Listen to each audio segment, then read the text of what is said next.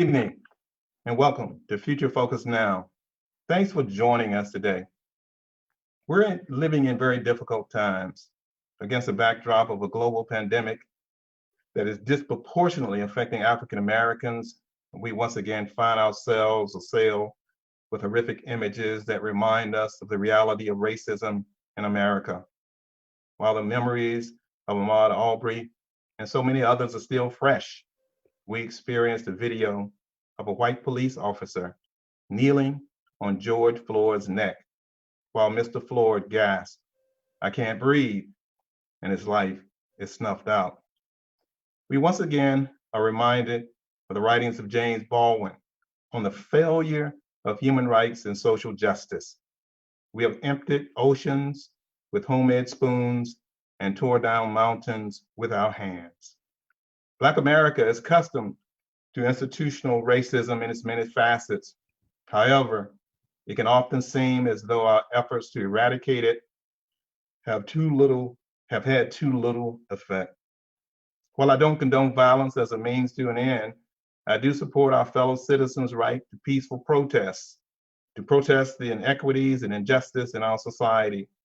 The fury and the grief that people are feeling today about institutionalized intolerance, discrimination, marginalization, and bigotry that have existed in this country and this world for so long. I'm proud today to be chancellor at Winston-Salem State University, a university that for 128 years has been in this space to try to create a more just and a more equitable society. Key tenet of the work that we do at Winston-Salem State is around social justice. That's what we do at WSSU, and that's what we've done for so many years, whether that's looking at education or health disparities or poverty, racism, discrimination. These are areas in which we have tackled and will continue to tackle on the work that we do every day. So as I stand before you in June, as we're getting ready to prepare to return to campus in the fall, not only will we find ourselves in the middle of a pandemic, but we also find ourselves dealing with these social ills and social issues. We will continue to have conversation and continue to have dialogue. I have no doubt that we will be able to design a new experience, a new way of being. We have so many creative faculty and students and alumni who have been in this space for so long. We will lead the way in bringing about a more just and equitable society. So as we look forward to 2020, all of our efforts in getting students back to campus are really prioritized around health and well-being of the RAM family. We are working diligently every day on contingency planning and are developing practices and protocols regarding social distances, personal protective equipment use, classroom configuration, cleaning, and disinfection. Our plans are designed to be flexible and responsive to whatever the future weeks and months hold. We know we will continue to have many, many challenges. And as we look ahead, it will be critically important that every member of the RAM family do his or her part to keep our community safe. This is an all-in approach. Faculty, staff, students, administrators, alumni, the Winston-Salem community, our business community, our health community, our educational community. We are going to do this together. I'm pleased tonight to come to you to share some of the work that's being done on our campus and how we're designing a flexible in-person fall 2020 experience designed to keep the RAM family safe while moving our community and our university forward. We've looked at guidelines from public health professionals and the UNC system. We've talked to our faculty and staff. We've gotten student feedback and recommendations from campus working groups. WSSU, as a result of this, has revised a new fall schedule, and we will get into that. There's a lot of work that has been going on at the university. I am so proud that I get up every day with some high level professionals who work to make this institution great and to help to keep us safe. And I'm proud of each and every one of them. Tonight, I've asked the provost of the university, Dr. Anthony Graham, to join me tonight in a discussion on Future Focus Now. And so we are inviting Dr. Graham to come and to have a conversation with us. We invite you, those of you who are listening to us, if you have comments or if you have questions, we may even get a chance to answer some of your questions tonight about what's going to happen at Winston-Salem State University. But for now, I have to bring on the provost of the university, Dr. Anthony Graham. Dr. Graham, thanks for joining us, and I'm honored that you have taken time out of your busy schedule. I believe that you're the hardest working man on the planet. I don't think you sleep. I don't think you have slept since students left in March. I think you work 24 hours a day. How do you do it? Welcome and thank you for being a part of Future Focus Now. Good evening, Chancellor. Thanks for having me. I appreciate the invitation to join you this evening. And you're right, I haven't slept very much because, as you said earlier, thinking about the safety, the health, the well-being of our students, our staff, our faculty, I take that very, very seriously. We literally have people's lives in our hands, even without COVID, thinking about their educational experiences and the opportunities for their futures. We literally have people's lives in our hands. And I really take that seriously. So I don't sleep much. I'm always thinking about how do we do what we do better and what can we do to improve ourselves? What can I do to improve myself as a leader, as a listener, as a follower? So I take all of this work seriously. So I don't sleep very much. Yeah. Well, we got to get you some rest, and I'm going to make sure that you take some time off. I've told so many of the executive staff to make sure that they take some time off, and because they've been working extremely hard. Dr. Graham, you've been in higher ed now for over 20 plus years. Have you ever seen anything like this? And tell us a little bit about what happened at the university when this pandemic first started and what we undertook because of it. Yeah, I've never seen anything like this. You know, we've had disasters and things of that nature in the past, but they were always somewhat predictable. You know, if it's a hurricane, you can see the track coming your way. If it's a tornado, although it might be last minute, you still can see the track coming your way. There's a warning, if you will. And then there's a finite period of time for the event. And then afterwards, usually there's a finite period of time. With this, you know, we somewhat saw it coming, but we didn't anticipate the gravity of the event. And it really has been, you know, difficult to get our arms around because we're in this nebulous space of what happens next. And no one can answer that question. We can all look at models, we can all predict, we can all kind of speculate, but there's no concrete answer to anything. And that's what makes this work difficult and challenging. We are trying to lead in a space where the answers are few and far between, and we're trying to piecemeal information together to make the best decision at that moment in time. But that very decision could actually change in 24 hours because the information can change. So it's very fluid. So it's been a challenge and nothing like I've ever experienced before. What we had to do as an institution in the spring, and you know, it caught us off guard. Coming off spring break, we really had to move into this virtual space, teaching online, moving the instruction online, moving our students online, moving our faculty that into that online environment, thinking about our support services. So whether it's the registrar's office or financial aid, tutoring, supplemental instruction, everything that had to move into this virtual realm. Then we had to go into telework mode, so individuals not physically being on campus. And you say this so very eloquently, and I quote you a great deal. What we do at Winston-Salem State University and what we pride ourselves on is the educational experience that we create on campus.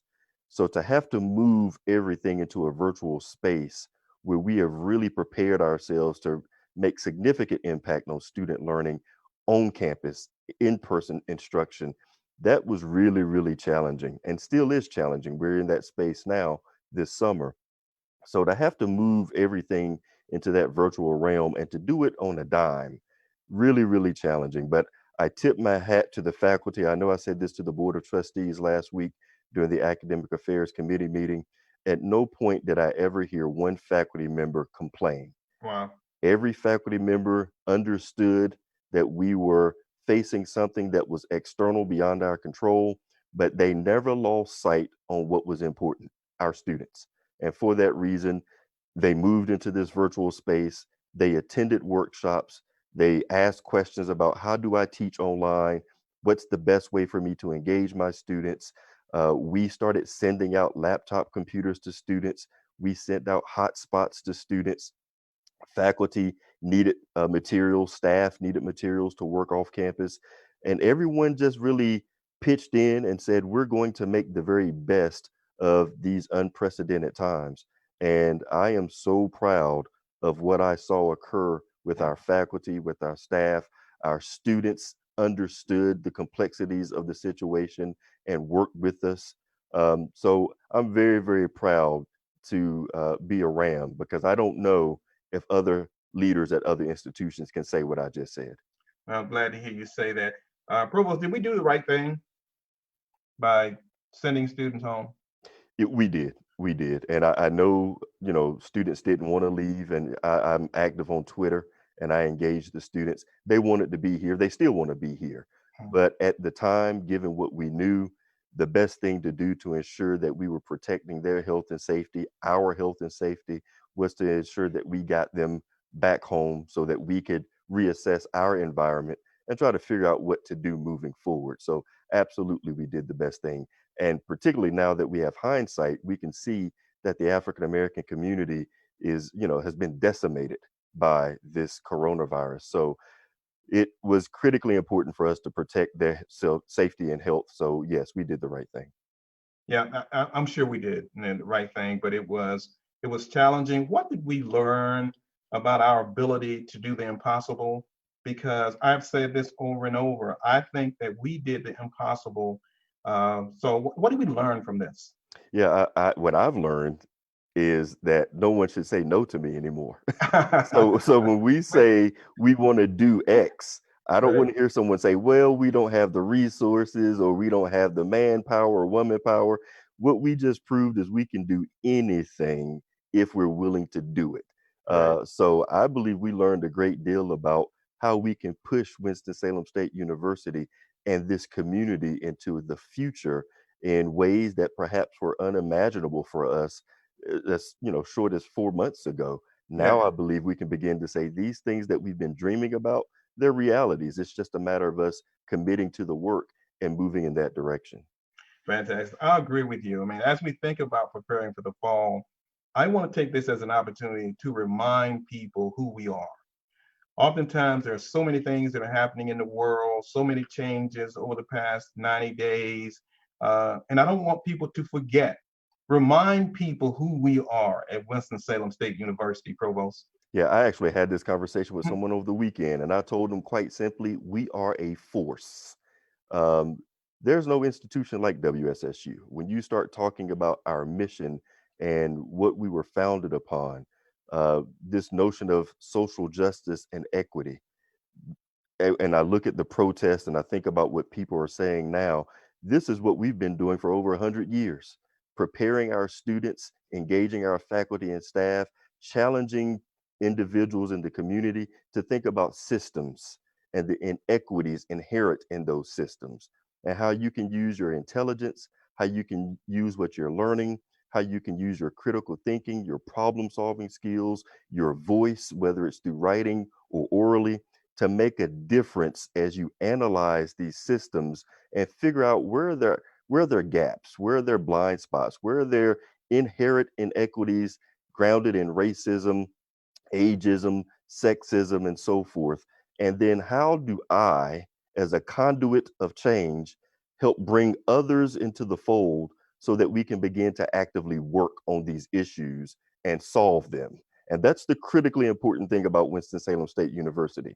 We don't only ask questions, we ask really good questions, but we then say, how do we now solve the problem? Understanding that I may not have the answer, but bringing other people together to look at the issue, we can work to resolve the issue. That's what Winston-Salem State University is about. We are a force and a force to be reckoned with. Ooh, see, I never thought of it like that, but I like that. I'm going to carry that with me. We are a force. I love that. We're also, Provost, a first choice institution.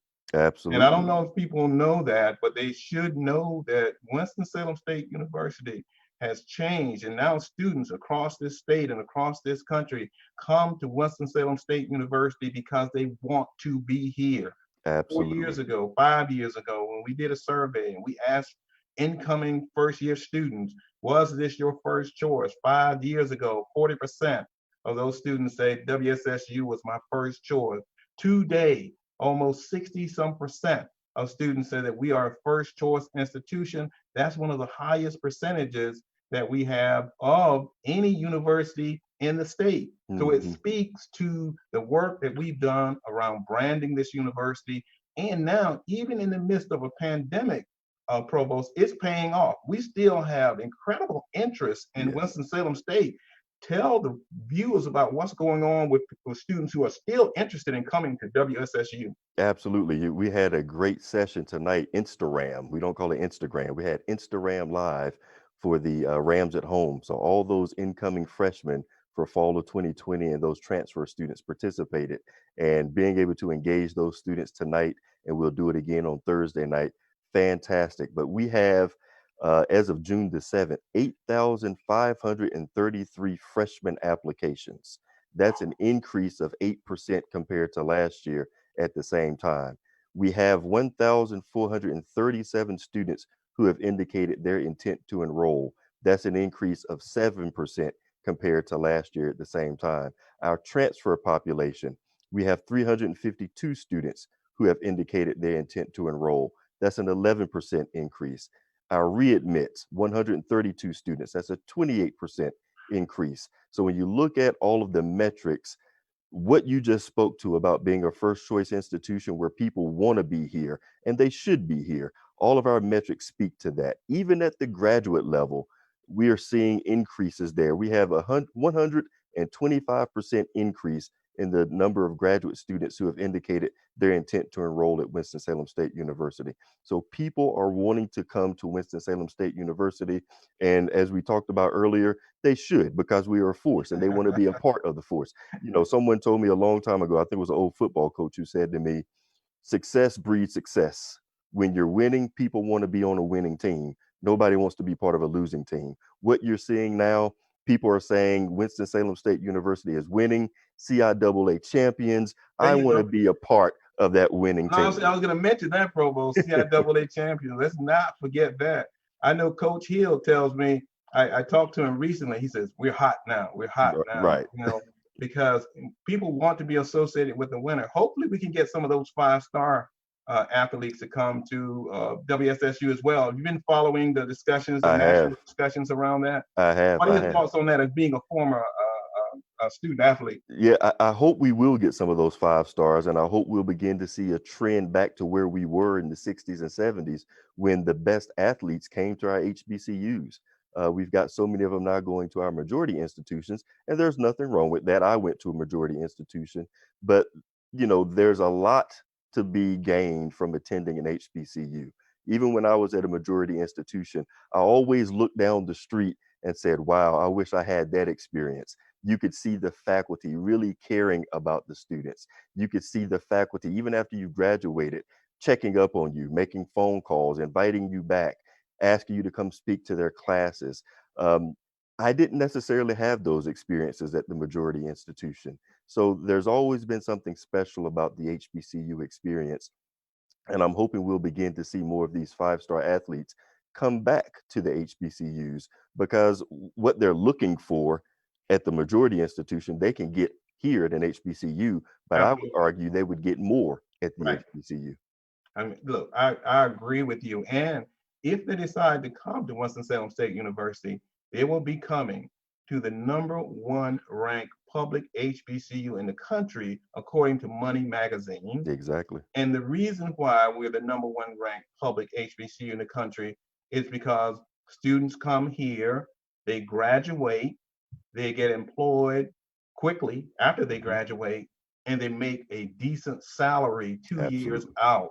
And because of those metrics, WSSU is now really considered one, a destination university, but a university where you come and you graduate, you're going to be in a much better position to get a job. I know you like those statistics. I know Absolutely. you've been working in our career services to do even more of that. And I just posted not too long ago, with LaMonica Sloan Wilhelmy leading that effort to get a major grant. But talk about what we try to do at WSSU around career services and preparation for the workforce. Yeah, we understand that when you come to the university, you're coming to graduate, yes, but you're also coming to enter a career so you can begin to make a difference not only within your profession, but within the community where you live. So we are committed to ensure that everything we do orients you to that career aspiration that you may have, and then what you can do not only to enter the career space, but then make a difference in the career space. So when you begin to start thinking about your freshman year, we want to introduce you and orient you to what your career pathway might be. We want to make sure that you're on the right pathway. And then we want to make sure that we're surrounding you with opportunities, whether they're internships on campus or internships off campus, doing things like our nationwide partnership. And Chancellor, you talk about it all the time, being a signature partnership where our students are able to go to Ohio for the duration of a summer, intern at Nationwide, and really engage in the type of internship experience that's like no other I've ever seen. But those are the types of things that we're thinking about. Even on campus, if you're a work study student or if you're working on campus, we are aligning your work experience with the learning outcomes that we're trying to have you achieve in the classroom. So when you're thinking about critical thinking, when you're thinking about problem solving, oral communication, written communication, we want to make sure that we are putting you in a position to get feedback while you're working on campus about your growth in those areas. So everything that we do, the organizations that you join, everything that we do is intended to bolster your ability to enter your career and then transform what's occurring in that career space. And Chancellor, you said something 5 minutes ago, and I always chuckle when we tell people that of the public institutions, our alumni earn the highest salary in the state of North Carolina. And people always question that. Are you Yep. sure? You sure it's not North Carolina A&T because they got engineering? Or you sure it's not North Carolina State because they have veterinary science and engineering? No, it's Winston-Salem State University. Our alumni leave here earning at a rate that is highest compared to all the institutions publicly in the state of North Carolina. So I go back to what I said earlier. We are a force. Yeah, I knew I had the right person to come on to talk about WSSU, but I heard recently and I reported something about $1 million grant in career services. Yes, yes. Mrs. Sloan Wilhelmy worked with Aaron Lynch, our associate provost for scholarship research and innovation, and her team in career services pursued a grant with the Department of Labor, and we were fortunate to receive that grant. So it's a little over $1 million. It's $1,186,000 to be exact, and it is providing over a 2 year window opportunities, money for students to engage in these career development experiences. So I think it's 40,000 each year, if I remember correctly, or maybe more than that. But we're paying our students to engage in these career development experiences so that we're bolstering their opportunities downrange once they enter their careers. So $1 million investing in our career efforts at Winston-Salem State University. Wow, fantastic. I mean, that's amazing when you think about WSSU. And I still go back to your comment about us being a force. When a lot of folks think about Winston-Salem State University, they may ask the question sometimes, Provost, that, if I go to that institution, it's a small institution. Are they involved in any research? Do they bring in research dollars? I want to get involved in research. Please enlighten our listeners about what we do from a research standpoint. Absolutely. We're a sleeping giant. People don't know the impact that we have in the research space.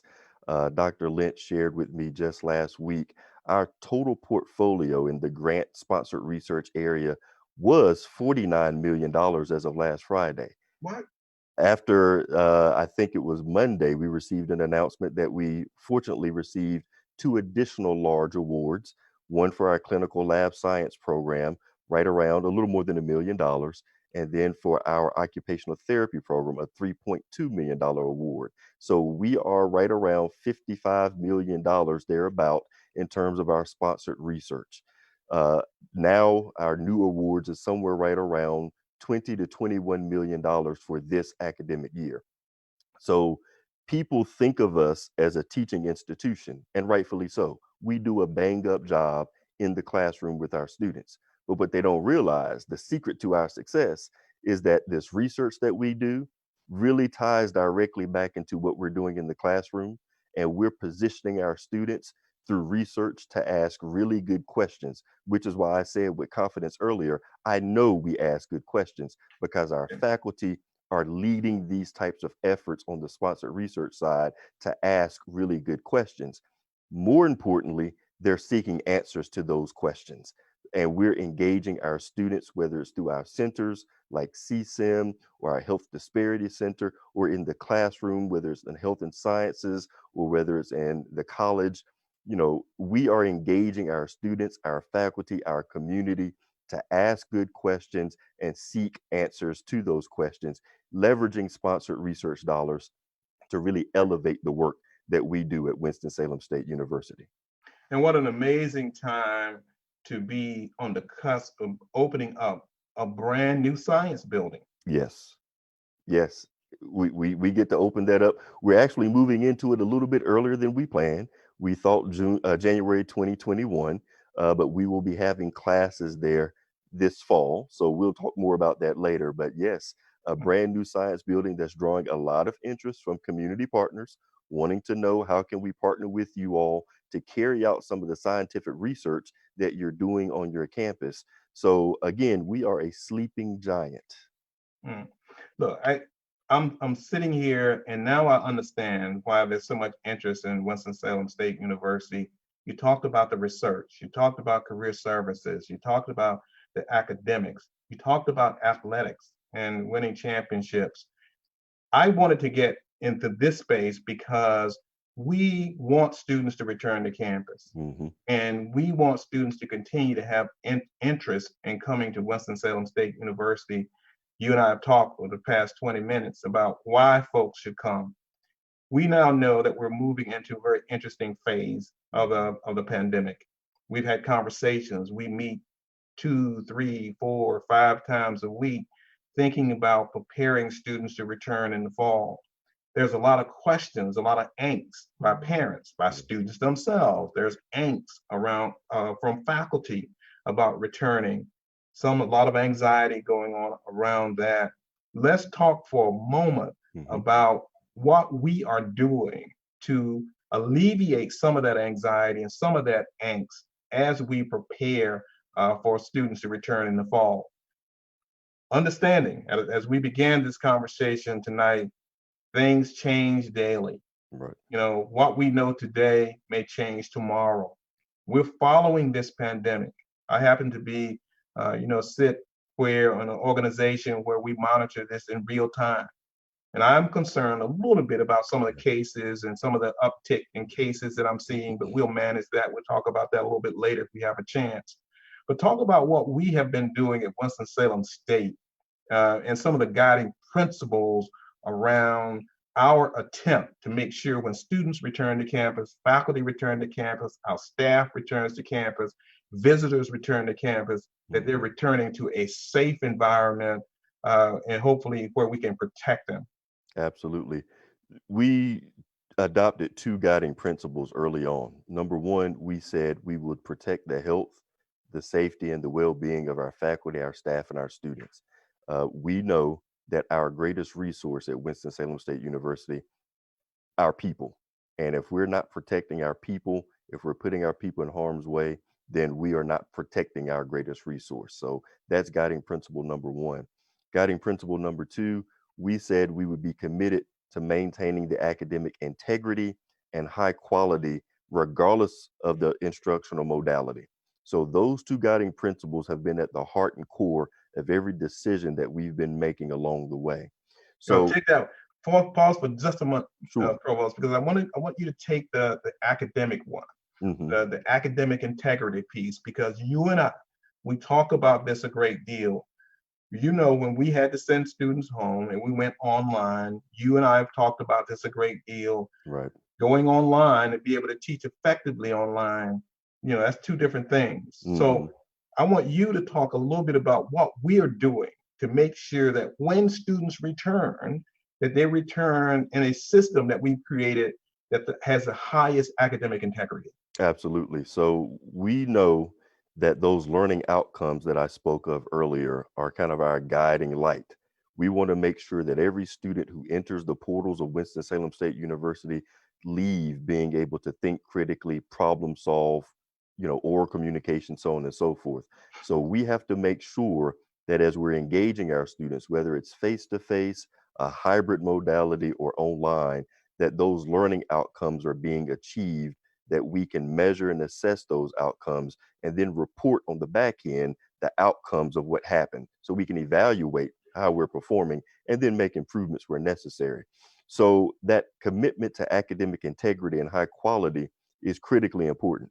So we have invested a great deal of time, energy, and financial resources to ensure that we're positioning ourselves not to be caught off guard again. So if we have to move back into the virtual realm, that virtual space, we're doing it in an effective way.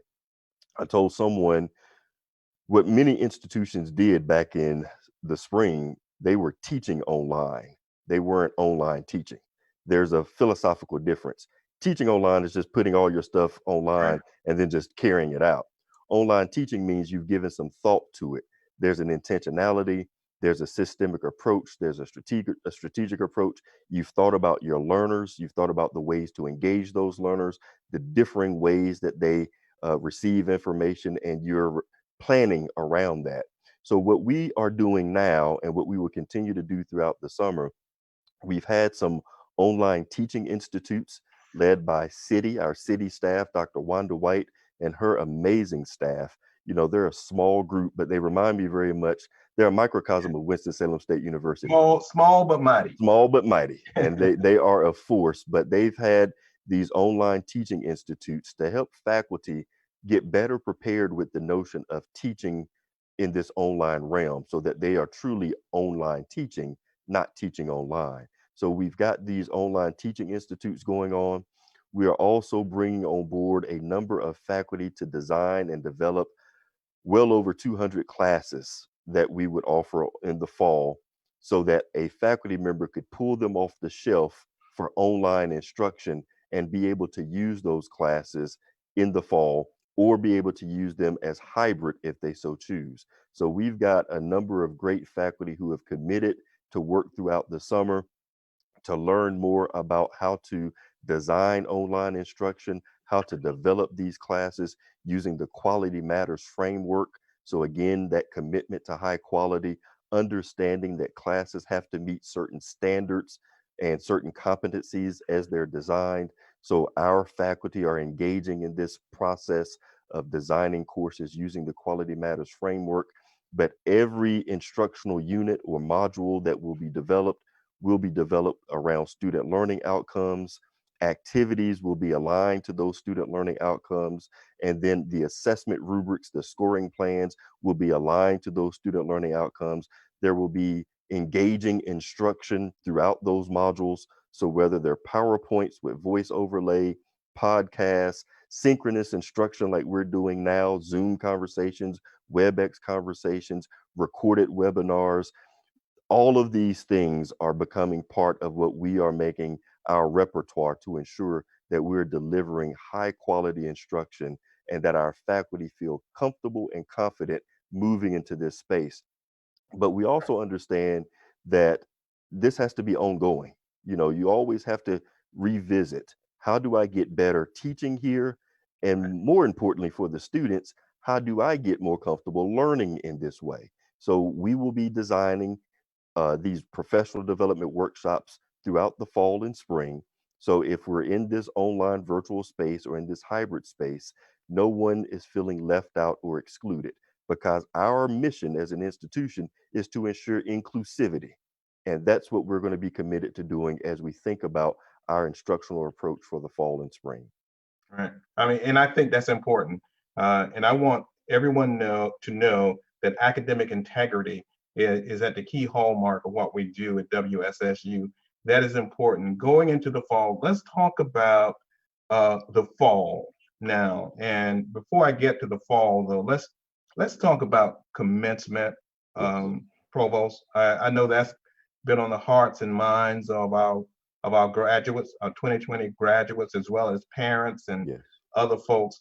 Talk a little bit about graduation and what we hope to do in the future. Yeah, so I want to make sure people are using the right language. We did not cancel commencement, we postponed it. So let's make sure we're using the language of postponement. And obviously, we postponed it for the coronavirus for good reason. And I know I got a lot of phone calls from parents and students. They were upset, they were angry, and I understand. I've been saying all along, I couldn't imagine not being able to participate in my commencement immediately in the spring when I was anticipating graduating. So I understand and I have empathy for the situation. However, we didn't want to put anybody in harm's way. So as we talked about earlier, we made the right decision by postponing commencement. It's our hope that we will have commencement in the fall, most likely in December. Lawrence Joel Coliseum, hopefully in December. So that's the idea. Obviously, a lot of this will be contingent upon where we are with the vaccine, where we are with being able to mitigate the virus and the spread of the virus. So all of those things will be considerations as we give thought to commencement in the fall. But it is Hopefully, postponed. in large gatherings, where will we be in terms of being able to do that as E- well? Exactly. And we keep monitoring CDC guidance. We're monitoring the governor's plan, his phased approach to reopening the state, and what I believe will probably be some adjustments to that plan now that we see an uptick in the number of cases in the state of North Carolina. So we're going to monitor all of the data as it's available to us, and we'll make decisions as we go along based on those data. But right now, the plan is postponement until December, and we'll give some consideration to what commencement looks like. It could very well be that we don't have one large commencement for people. It could be that we break the commencement up where we can do social distancing and make use of the Coliseum and the entire size of the Coliseum. We're giving thought to all these different types of iterations. So again, guiding principle number one, protect the health, safety, and well-being of our people. And that will be what drives our decision making. And rest assured that students will be involved in that decision, in Yes, that process, and certainly those who were scheduled to graduate May will be yes, actively involved in that. I want folks to understand we did not cancel graduation, we postponed exactly. graduation. That's important for us to know. Let's get into right now the nuts and bolts. Where are we, Provost, in terms of the fall schedule?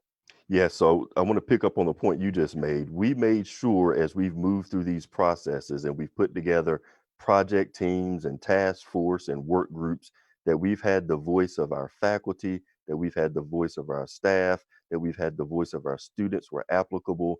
And it's been fantastic to bring these individuals together to really test ideas and to get feedback.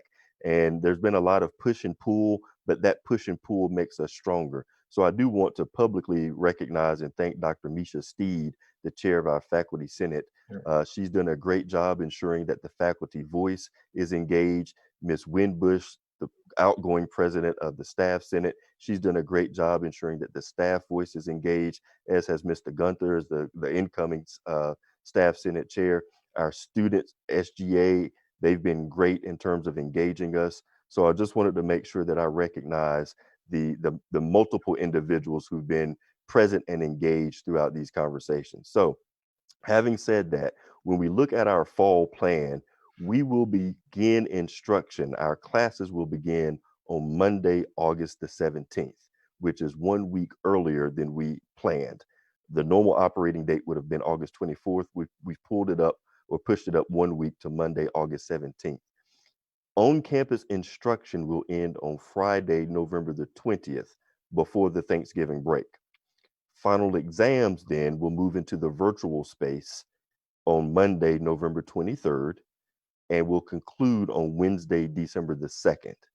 And then final grades will be due on Friday, December 4th. So it's still the same amount of time between the end of exams to when grades are due. It's always been a 2-day window, so that hasn't changed. But we've essentially pushed everything up to ensure that we can elongate the holiday break so we can do a great deal of sanitizing the campus, deep cleaning, those types of things, so that we can get ourselves ready for spring 2021. But people are coming back to a campus that has been deeply sanitized. And again, the health, safety, and well-being of our individuals, priority number one. So this calendar ensures that we have 75 days of instruction, which we're required to have. In order to achieve that, we had to eliminate fall break. So the fall break, the 2 days in October, those 2 days have been eliminated, but we've kept our Labor Day weekend or our Labor Day break. So Labor Day as a holiday is still there. But in order to achieve the 75 days, we had to eliminate fall break. That may be disappointing for some people, but again, the intent is to ensure that we're protecting your health, your safety, your wellness. So all these decisions are being made with you at the core of our decision making. Yeah. So that's the calendar in terms of how it looks. Let's look at a couple of events that typically occur. You mentioned fall break, and you kind of went through why we're not having a fall break. It looks like Thanksgiving is in play in terms of this. We know we have homecoming, we have Founders Day, we have. I haven't even gotten into athletics yet, Right. which I know is a big one. I will tell folks in some of these events we have not made a final decision as to what is going to occur. Let me just take them quickly, and we don't necessarily have to discuss them, but we may get into some discussion of that. Athletics. We've not made a decision at this point today in terms of athletics, fall athletics. If you ask me, I think there's a great chance if things go as they're going and we get some improvement, we may be able to make a decision fairly soon on whether we're going to have fall sports or not. We have not made a decision about homecoming. That is a major event. And I want folks to understand we have not made that decision because we don't know what guidance we're going to get from the state or from the system regarding large gatherings. And so we know, for example, it appears at this time we would not be able to have a typical homecoming if we had one as we have had in the past. And you heard me probably this week and last week. If you can't get together for an HBCU homecoming, what is it? And what do you have? And do you really have homecoming? I had an opportunity to really get on a virtual call with the National Alumni Association, and I posed a question to them about homecoming. And I got a variety of responses from presidents of chapters and the national president. I got some feedback about that. And there's a lot of, I think, is a growing interest in maybe rethinking homecoming given the current pandemic. We're in the process of doing that. But as we speak today, I can't say that we're going to, just cancel it outright, but we will see going forward. Mm-hmm. Yeah. Yeah, I think we have to keep in mind that this pandemic is attacking our community at an alarmingly high rate. So do we want to have mass gatherings where we're putting people potentially in harm's way, knowing that underlying health conditions really run rampant in the African American community? So while homecoming, we want to have fun, we want to party, we want to bring people together so that they can reminisce, but we don't want to do it at the expense of your life. And that's the most important thing. Your life is critically important to us. we value you, we value all that you bring, and we celebrate your livelihood. We don't want to put that in harm's way so that we can have fun for a couple of days. We can have fun in the future, but right now we want to protect you and your well-being.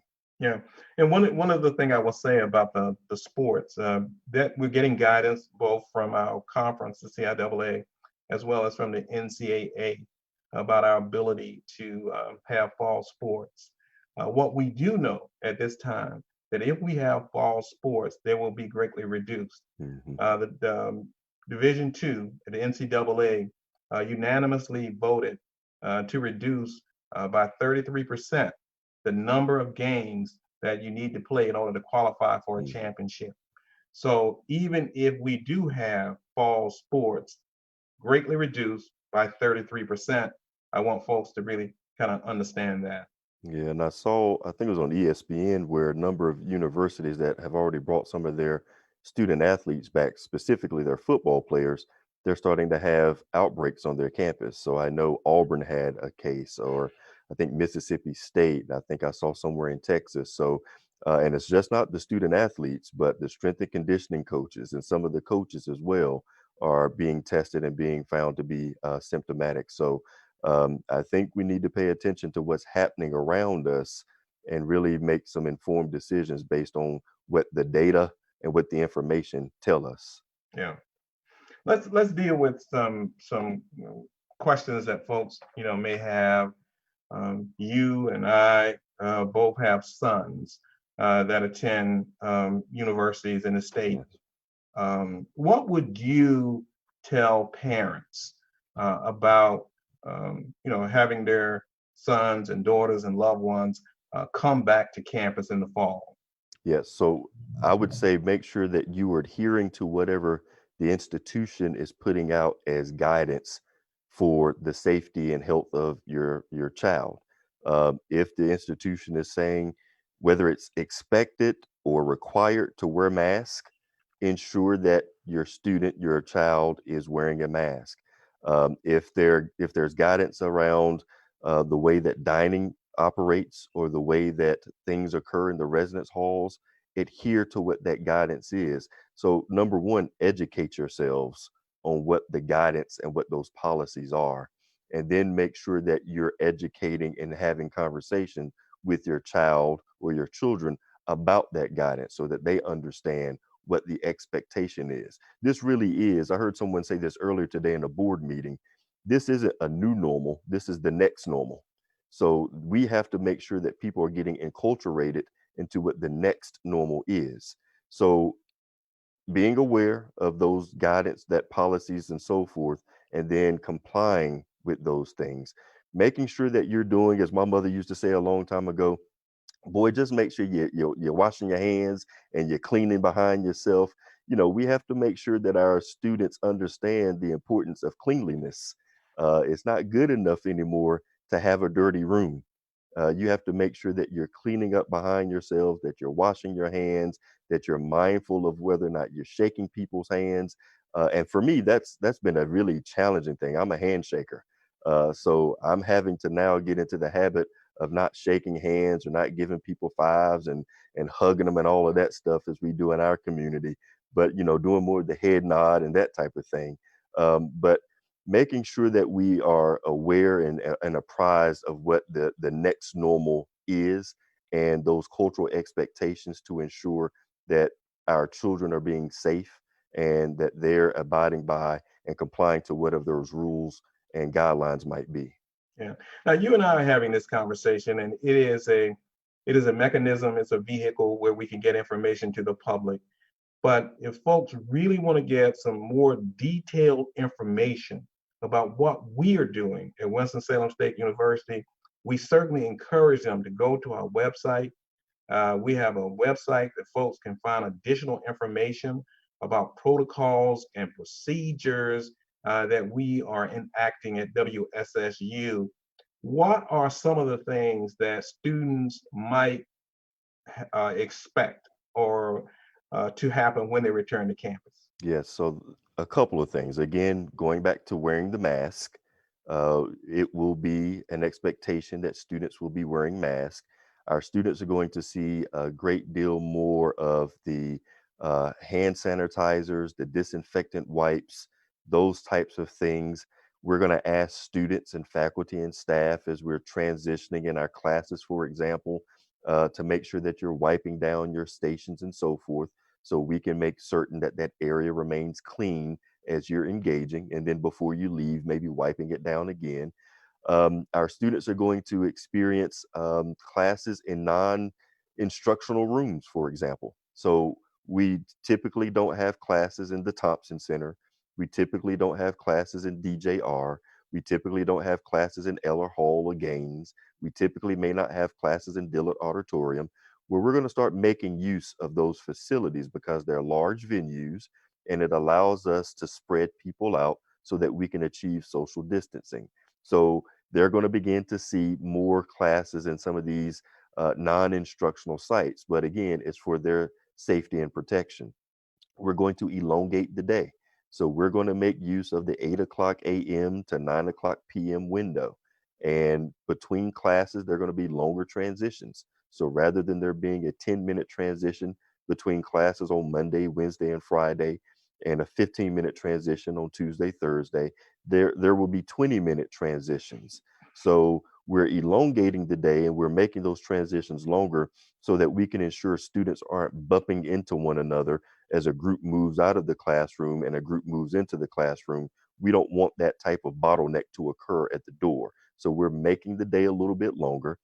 The Tuesday, Thursday, 3:30 to 5 o'clock, where we tended not to have classes, we will eliminate that for the fall semester, possibly for the spring, because we want to make use of the entire day for those instructional blocks so that we can ensure that we're getting the instruction in for all of our students. So these are some of the things that they can expect to see.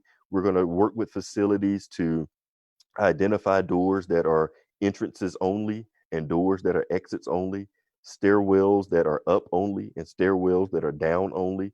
The idea is to keep people flowing in one direction rather than them crossing paths so that we can hopefully mitigate the risk of spread of the virus. So those are the types of things that students and faculty and staff will see in the fall, where we're really thinking about ways to ensure that we're protecting their health, their safety, and their well-being.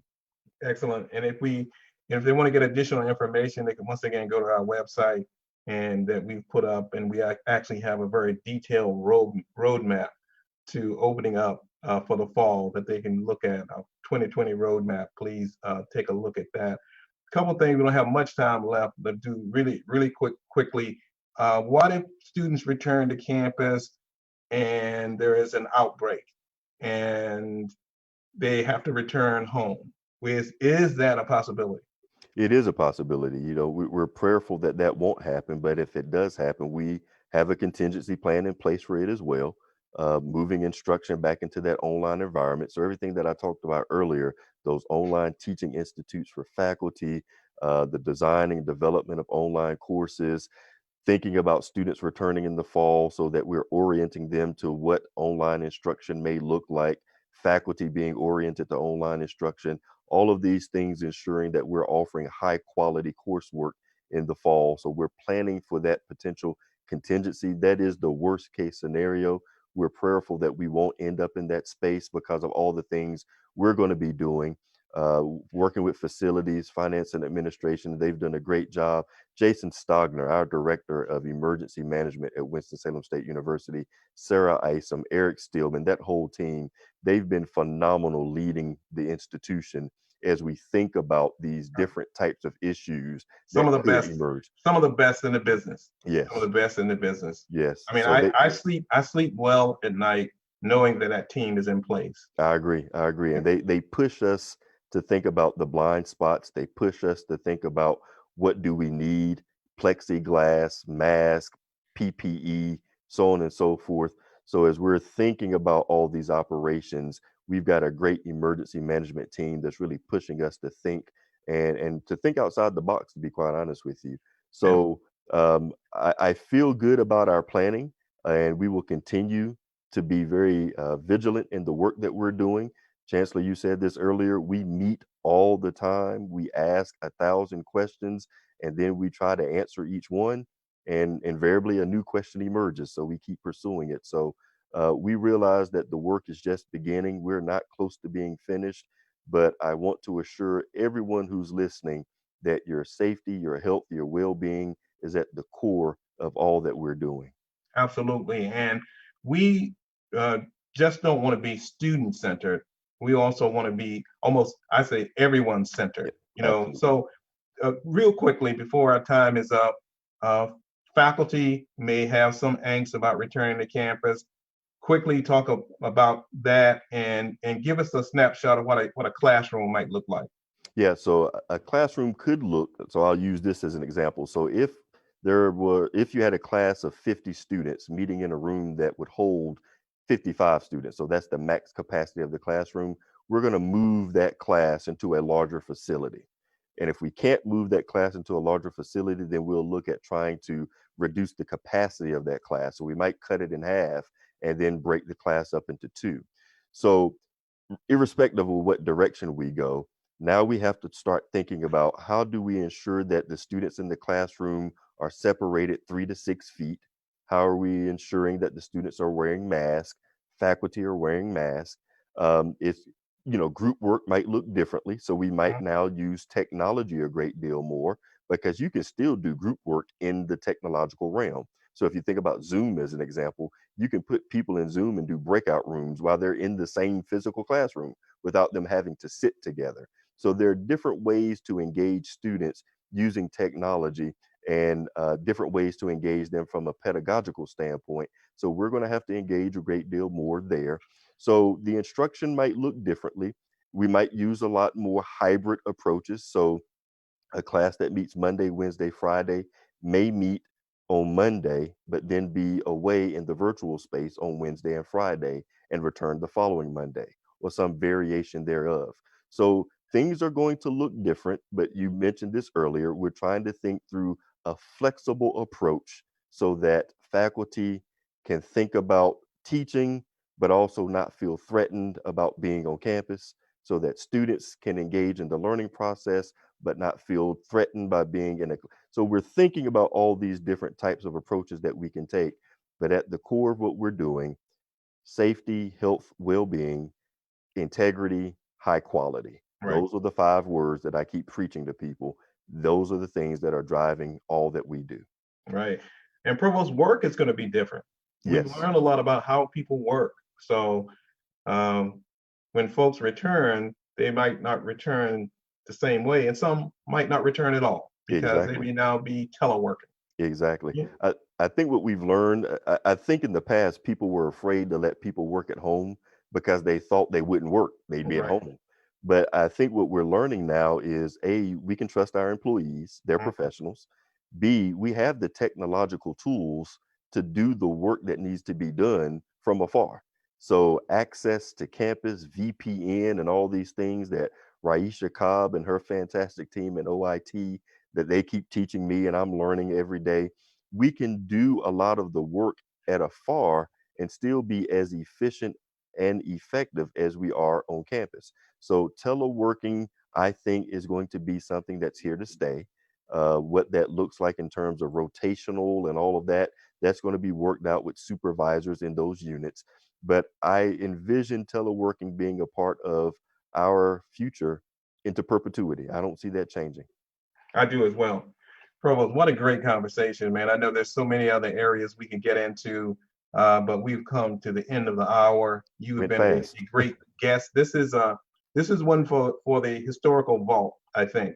I mean, because I think people will go back and they will look at this conversation and they will get a bird's eye view in terms of what was happening during the pandemic in 2020. I thank you for your time.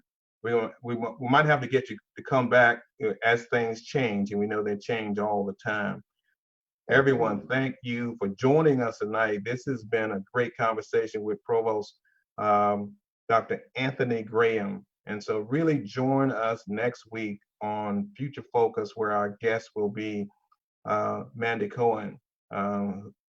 She will come and she will enlighten us about what's happening in terms of health and human services in North Carolina. And she's been one of the leading voices in making sure the public is aware of what's going on during this pandemic. So it should be a great, great conversation with her. Join us next week. Tell a friend to tell a friend to tell a friend to join Future Focus next week. So good night, everyone. Thanks for joining us. Good night, Provost. Good night. Thank you.